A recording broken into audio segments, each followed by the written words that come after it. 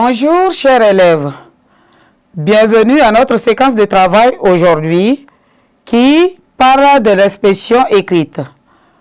Le thème de notre leçon, c'est le portrait d'une personne. À la fin de cette leçon, vous devez être capable de faire le portrait d'une personne sans l'aide de quelqu'un. Ainsi, pour cette leçon, nous avons un texte ici au tableau à exploiter ensemble. Alors, soyez attentifs à la lecture de ce texte. On dit, mon grand-père est de taille moyenne. Il est gros et brun. Ses cheveux sont blancs. Il a de grandes oreilles. Il est gentil, souriant. Il a une longue barbe. Je reprends. Mon grand-père est de taille moyenne. Il est gros et brun. Ses cheveux sont blancs. Il a de grandes oreilles. Il est gentil, souriant. Il a une longue barbe.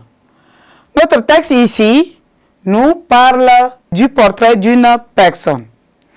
Et ici,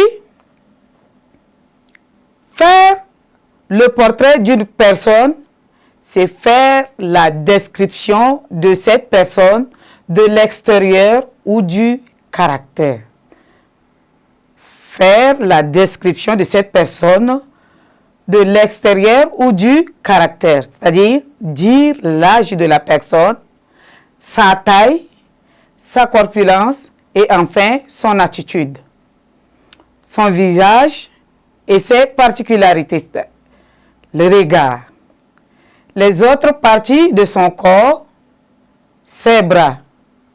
Dans le portrait, le lecteur peut connaître le personnage grâce à son identité, c'est-à-dire grâce à son âge et à son sexe, son aspect physique, son caractère, c'est-à-dire le portrait moral, son rôle social, son origine sociale, sa profession, ses actions, la manière dont il parle, ce que disent de lui les autres personnages tout au long du récit.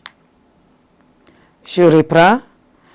Faire le portrait d'une personne, c'est faire la description de cette personne de l'extérieur ou du caractère, c'est-à-dire dire l'âge de la personne, sa taille, sa corpulence et enfin son attitude, son visage, ses particularités, c'est-à-dire le regard.